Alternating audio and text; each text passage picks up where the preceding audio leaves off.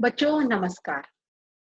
मैं श्रीमती राखी जैन, केंद्रीय विद्यालय क्रमांक 3 झांसी की शिक्षिका, कक्षा 5 हिंदी, पाठ 13 स्वामी की दादी पाठ लेकर उपस्थित हूँ। ये हमारा दूसरा वीडियो है। पहले वीडियो में हमने मालगुडी डेज के बारे में बताया, पाठ को पढ़ा कि किस प्रकार से दादी के साथ स्वामी अपना टाइम निकालता है और कहानियां सुनता है। दादी उसकी प्रतिदिन उसको कहानियां रात में सोते समय रोज कहानियां सुनाती हैं और कहानियों में सिर्फ दादाजी के किस्से होते हैं, जिनको सुन सुन के वो स्वामी सोचता है कि मैं भी अपने दोस्त राजम और मणि की कहानी सुनाऊं।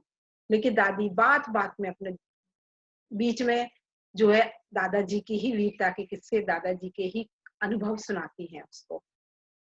तो इस दूसरे वीडियो के माध्यम से हम बड़े बुजुर्गों के प्रति आदर सम्मान की भावना विकसित करना सीखना चाहेंगे। कथा कहानियों के प्रति रुचि जागृत, अभिनय क्षमता का विकास और व्याकरण के माध्यम से अपने ज्ञान में वृद्धि करना चाहेंगे। तो सबसे पहले हम इस पाठ में आए हुए कठिन शब्द, जो कि पिछले वीडियो में हमने देखे थे कि दूसरे रंग से बनाए थे, जो कठिन शब्द थे उनके अर्थ को मैं स्पष्ट करना चाहूंगी ताकि पाठ पढ़ते समय और भी क्लियर हो जाए और भी स्पष्ट हो जाए। खूंखार, खूंखार डरावना अर्थात क्रूर, जिसमें दया न हो। चकित हैरान, किसी की बात को सुन के आश्चर्यचकित हो जाते, हमें चकित हो जाते, एकदम अचंभित हो जाते हैं। अरे ऐसा तो वो कर ही नहीं सकता था, मतलब कोई अनहोनी घटना, तो उसको चकित हैरान आश्चर्य। परीक्षक, परीक्षा लेने वाला, उसको परीक्षक बोलते हैं। ऊल जलूल बेकार या फालतू की बातें ऊल जलूल बातें कहलाती हैं। ऐसी जो किसी काम की नहीं, जिनका निरर्थक, जिनका कोई अर्थ नहीं है, कोई औचित्य नहीं है, वो बातें ऊल जलूल बातें कहलाती हैं। अब बताइए सही विकल्प। स्वामीनाथन को कहानी सुनाता था कौन? दादी, दादा, नानी या राजम? दादी सुनाती थी ना।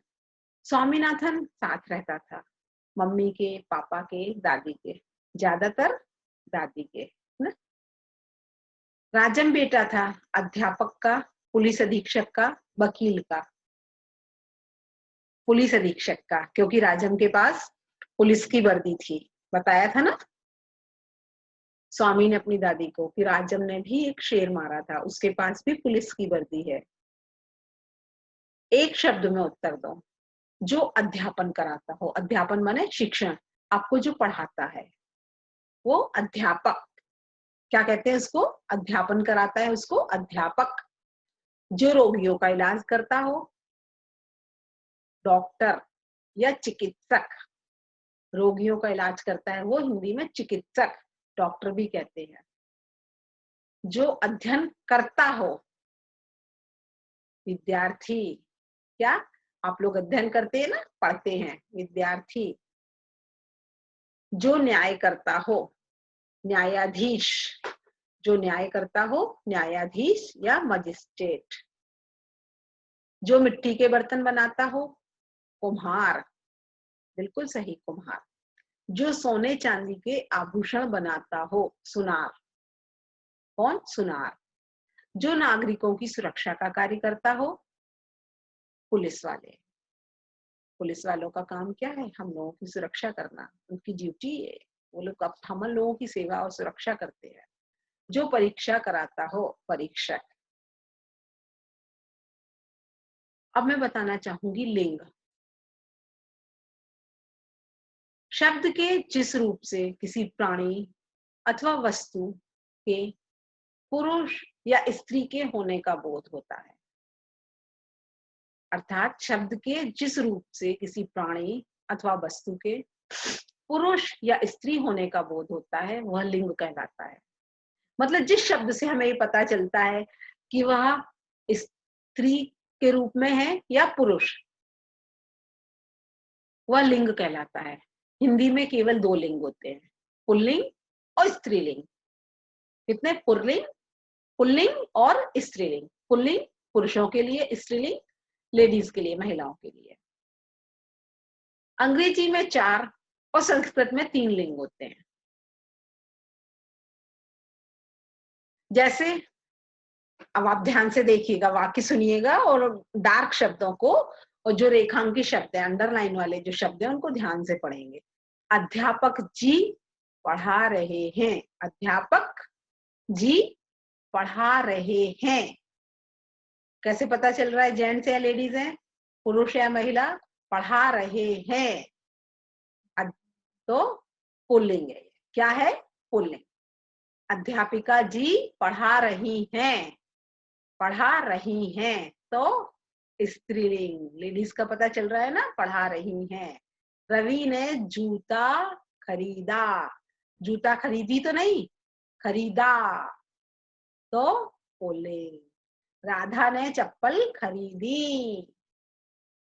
खरीदी चप्पल, स्त्रीलिंग। Very good. मतलब अध्यापक और जूता पुल्लिंग, अध्यापिका जी और चप्पल स्त्रीलिंग। इसी प्रकार आगे शब्द देखते हैं। मोर नाच रहा है। आप ऐसा तो नहीं बोलते मोर नाच रही है, नहीं ना। तो मोर नाच रहा है, इसका मतलब मोर क्या हुआ? पुल्लिंग। गाय घास खा रही है। खा रही है क्या हुआ? गाय क्या हुई? स्त्रीलिंग। क्या हुआ? स्त्रीलिंग। नदी तेज बह रही है। अब नदी, नदी बह रहा है, क्या हुआ? सही है क्या वाक्य? नहीं है।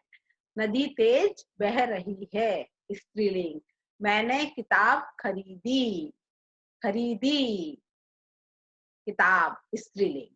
समझ में आया? इस तरह मोर पुल्लिंग है, गाय, नदी और किताब, ये तीनों स्त्रीलिंग है। तो आपको ये समझ में आ गया स्त्रीलिंग और पुल्लिंग, क्या स्त्रीलिंग है और क्या पुल्लिंग है।